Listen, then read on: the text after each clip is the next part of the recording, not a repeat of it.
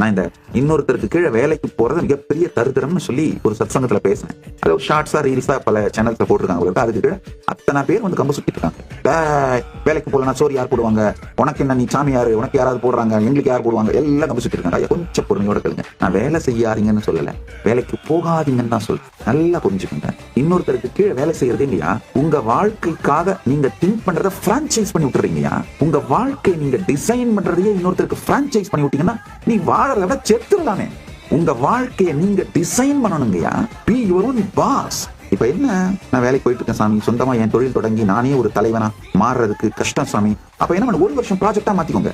ஒரு சுய தொழில் தொடங்குவேன், அதுல நல்லா என்னுடைய காலை ஊனிட்டு இந்த வருஷ கடைசிக்குள்ள என்னுடைய தலைவனாக நானே மாறிவிடுவேன்.